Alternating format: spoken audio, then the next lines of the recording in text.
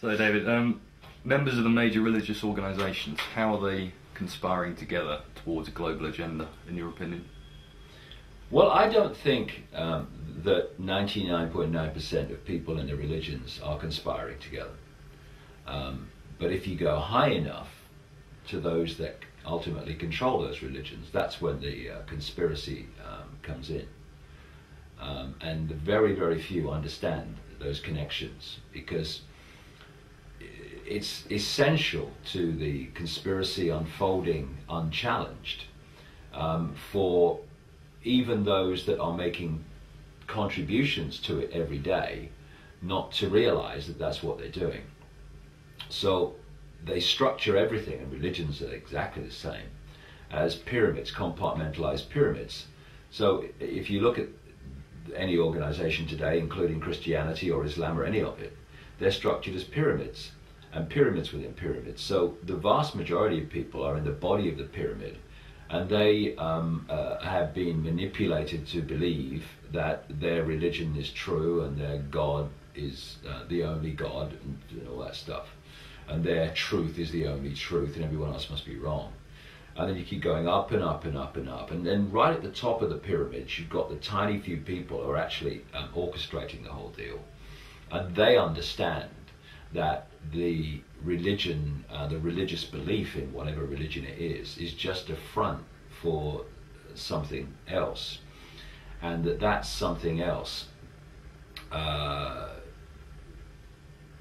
is the something else behind at least all the major religions, a lot of the non-major religions.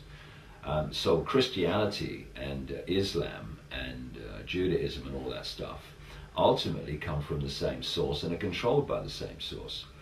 So if you go back to the ancient world and you pick up the sun god, moon goddess religion, which was predominant around the world, you would have Christians and Muslims and stuff who would reject the goddess, sun god religion.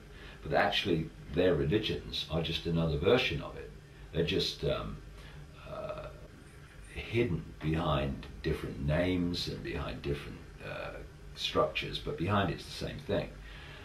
If you look at the way they depicted, for instance, just a throwaway thing, the way they depicted the sun god and the moon goddess in the Middle East thousands of years ago, it's the international symbol of Islam today, the moon and the star, the sun. If you look at the background to Christianity, you see that Jesus was just another version of the sun god, like Mithra and Tammuz in Babylon and so many others, Dionysus, Bacchus.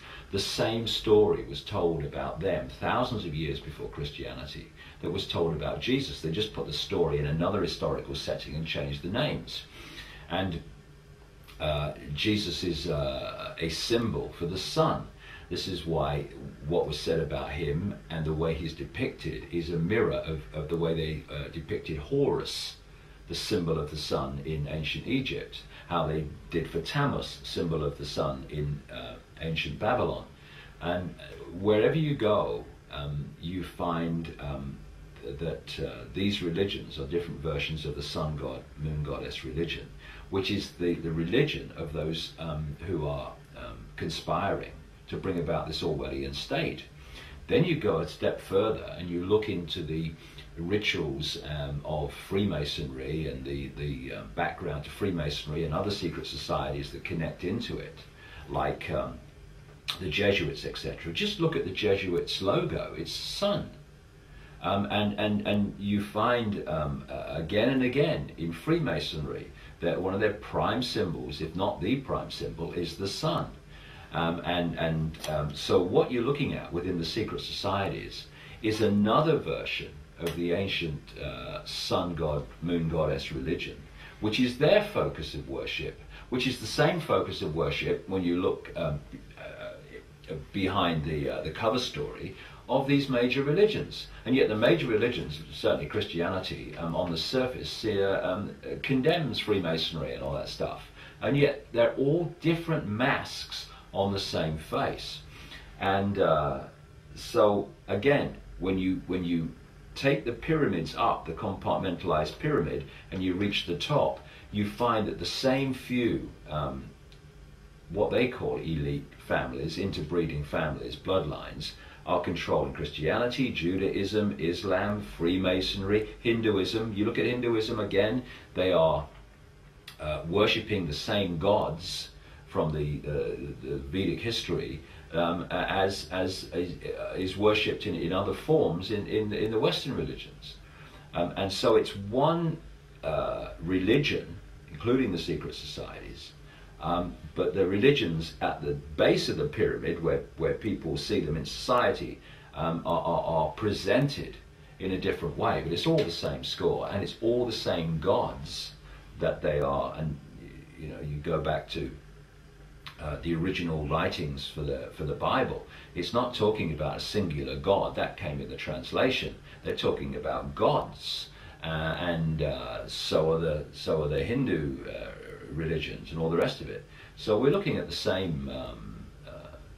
same structure of belief and worship that's packaged in different ways. And of course, once you repackage it, then you can play the different packages off against each other, dividing and rule the general population as religions fight and they argue and all this stuff over who's right and I've got the truth and you've not got the truth.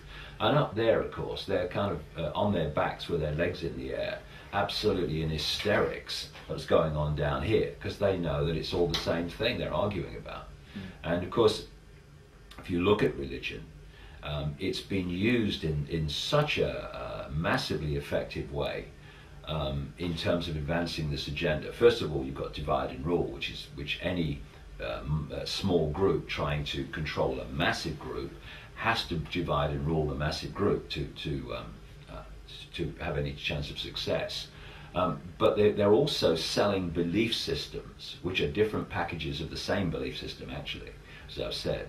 And those belief systems, when you take them on, they close the mind down and they firewall off the mind, because anything outside of the belief system must be wrong, so you won't look at it. So you turn someone into a person of tunnel vision and tunnel belief. And what we believe, we perceive. We edit reality based on what we believe, and you can see this because, you know, when you're having a conversation with someone who has a real preconceived belief about you, and you're having a conversation and you're saying things to them, and you're sitting there and you say, I never said that. I never said that. Oh, you did. Because what's happening is you are saying things, and it goes through the belief system of the receiver, the preconceived belief about you system, and it edits what's coming in by the time they consciously hear it. They are hearing what you're saying in a way that confirms and underpins their preconceived belief about you. And so once you take on a rigid belief, you edit your reality and perception through that belief. So religions are fantastic at that.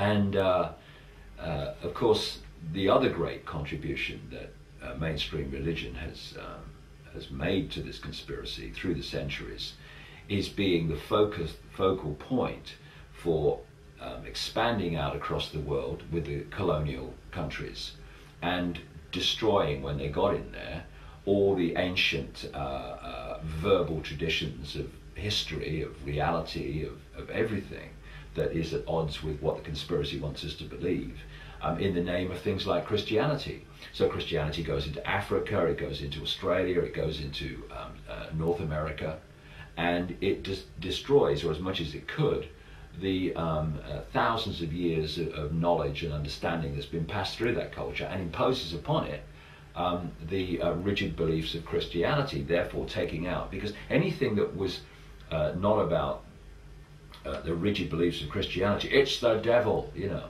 I mean, Credo Mutwa, the Zulu shaman in South Africa, a great, great friend of mine, wonderful, wonderful man, he was beaten silly as a kid for depicting Jesus as a black man in a painting, you know. And he tells the story of how the Jesuits and all these people went into Africa, and it became a crime to talk about, and certainly to believe, the ancient African knowledge that's come through the centuries, through the shamanistic streams. That was the devil and all the rest of it. So that was a massive contribution that religion made in suppressing and destroying the ancient knowledge of reality, of history, and all the rest of it, which we really need to have access to get another fix on how we can look at the world and history in a different way,